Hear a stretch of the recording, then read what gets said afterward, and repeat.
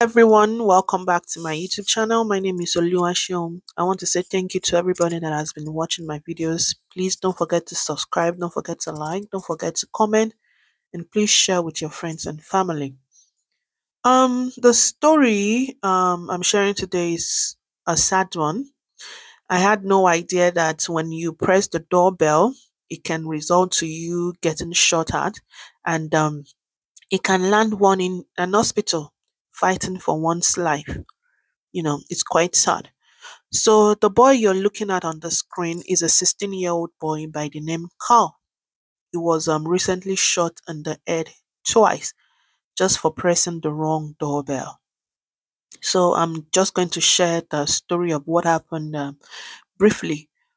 This boy was instructed by his mom to pick up his siblings, twins, and the mom gave him direction on how to get to the address, but for some reason the boy went to another address. So it's like maybe you're meant to go to number 139 King Street, and you went to number 139 Queen Street. So that is what happened in this case. And Carl knocked the door.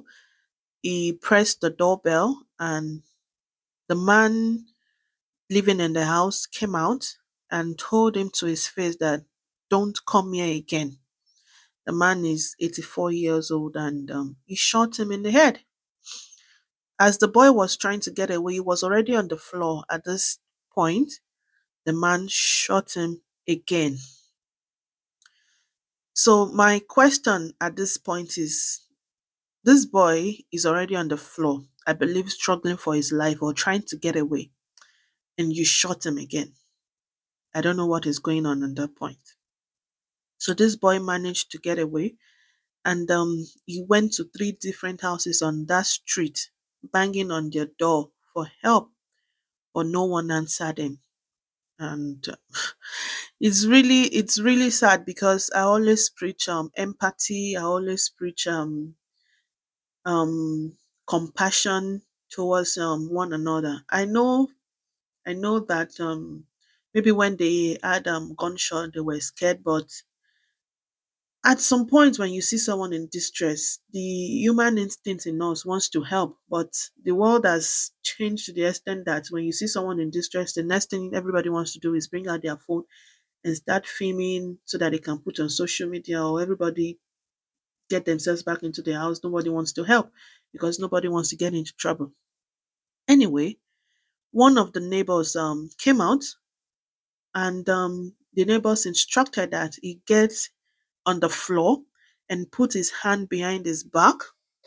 I don't know how the boy that is fighting for his life, struggling, will still be considered dangerous or a criminal at that point in time, because I'm sure there's going to be blood all over him, but for some reason it's considered dangerous for the person to say to him to get on the floor and put his hand behind his back.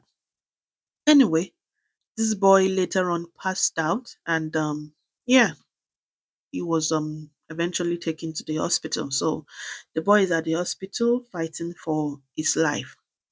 So the annoying part of this whole situation is that the man that shot this boy has not been arrested. No charges has been brought against him.